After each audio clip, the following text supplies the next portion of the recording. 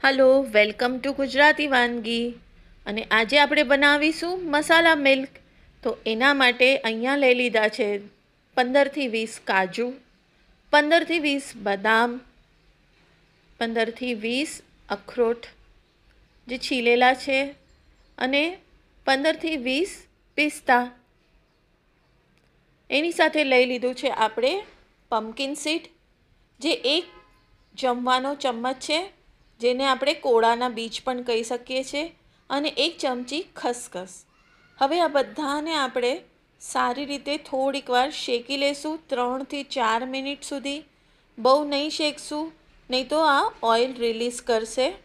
થોડું શેકી લેશું તાકે થોડોક બી ભેજ હોય તો નીકળી જાય. 3થી 4 મિનિટ સુધી શેકી લીધા પછી આપણે ગેસ બંધ કરી દઈશું અને થોડીક વાર આને તવામાં જ રહેવા દઈશું. થોડીક વાર તવામાં રાખ્યા પછી આપણે આને ઠંડુ કરશું. તો એને આપણે એક પ્લેટમાં ટ્રાન્સફર કરી દઈશું અને થોડું ઠંડુ થવા દઈશું. થોડું ઠંડુ થઈ જાય એટલે પછી આપણે એને એક મિક્સર જારની અંદર ટ્રાન્સફર કરી દઈશું.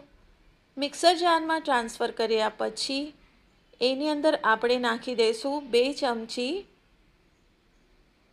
નારિયેળનું પાવડર, જેને નારિયેળનો બુરાદો બી કહે છે, ખોપરાનો પાવડર પણ કહીએ છીએ.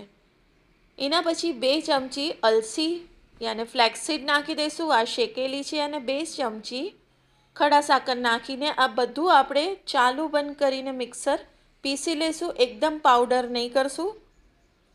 અને 1 ગ્લાસ ગરમ દૂધ લઈ લેશું.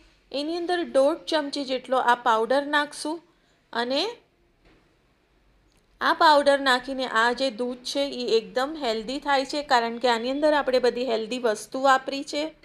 આ દૂધ પીવાથી બહુ જ તાકાત મળે છે. તો આ દૂધ તમે સવાર અને સાંજ પી શકો છો. તમારા પેરેન્ટ્સને, તમારા બચ્ચાઓને પણ આપી શકો છો. ને આની અંદર તમે કેસર પણ નાખી શકો છો, એલચીનો ભૂક્કો બી નાખી શકો છો. તમને જેવો ટેસ્ટ પસંદ છે એવું તમે એની અંદર વસ્તુ એડ કરી શકો છો. જો તમને રેસીપી પસંદ આવી હોય તો લાઈક, શેર અને સબસ્ક્રાઈબ કરજો.